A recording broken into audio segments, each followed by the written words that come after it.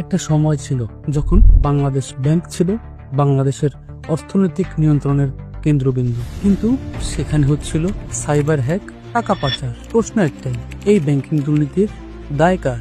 শেখ হাসিনা সরকার দাবি করেছিল অর্থনৈতিক অবস্থায় স্থিতিশীল, রিজার্ভ ভালো, ব্যাংকগুলো শক্তিশালী, কিন্তু তখন বাস্তবতা আমাদেরকে দেখিয়েছে ভিন্ন কিছু। 2016 সালে ইতিহাসের সবচেয়ে বড় সাইবার হ্যাকের ঘটনা ঘটে বাংলাদেশ ব্যাংকে।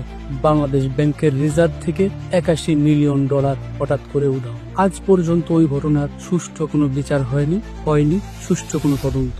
এরপর হলমার্ক কেলেঙ্কারি, সোনালী ব্যাংক থেকে 4,000 কোটি টাকা লুট, বেসিক ব্যাংকে লোপাট হয়েছে 4,500 কোটি টাকা, জনতা ব্যাংক থেকে এনএম লেন্ডের নামে নেওয়া হয়েছে 5,000 কোটি টাকা। দেশের অর্থনীতিকে নাকে নল ছেঁচে ঘোরানোর পরেও ব্যাংকগুলোতে ঋণের নামে লুটপাট অব্যাহত ছিল।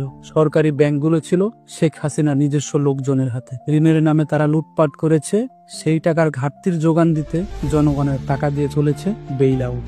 ব্যাংক লুটের এই প্রভাব শুধু আর্থিক হিসাবে নয়, এর ছাপ পড়েছে বাজারে, রিজার্ভে, এমনকি আমার আপনার পকেটের টাকার মানে। আন্তর্জাতিক সংস্থাগুলো বলতো বাংলাদেশের ব্যাংকগুলো গভীর ঝুঁকিতে রয়েছে, কিন্তু সেই সময়টাতে শেখ হাসিনা সরকার এবং তার সাঙ্গপাঙ্গরা বলতো আমাদের ব্যাংকের তো সবই ঠিক আছে। শেখ হাসিনা সরকারের এই মিথ্যা সব ঠিক আছে নীতির কারণে বাংলাদেশের ব্যাংকের এই বেহাল অবস্থা হয়েছিল। ব্যাংক হয়ে গেছিল লুটপাটের এক লাইসেন্স প্রাপ্ত জায়গা। এরপরও বলবেন আগেই ভালো ছিল। আসছে পরবর্তী ভিডিও, সে পর্যন্ত সবাই ভালো থাকবেন, সুস্থ থাকবেন, এই প্রত্যাশা। আল্লাহ হাফেজ।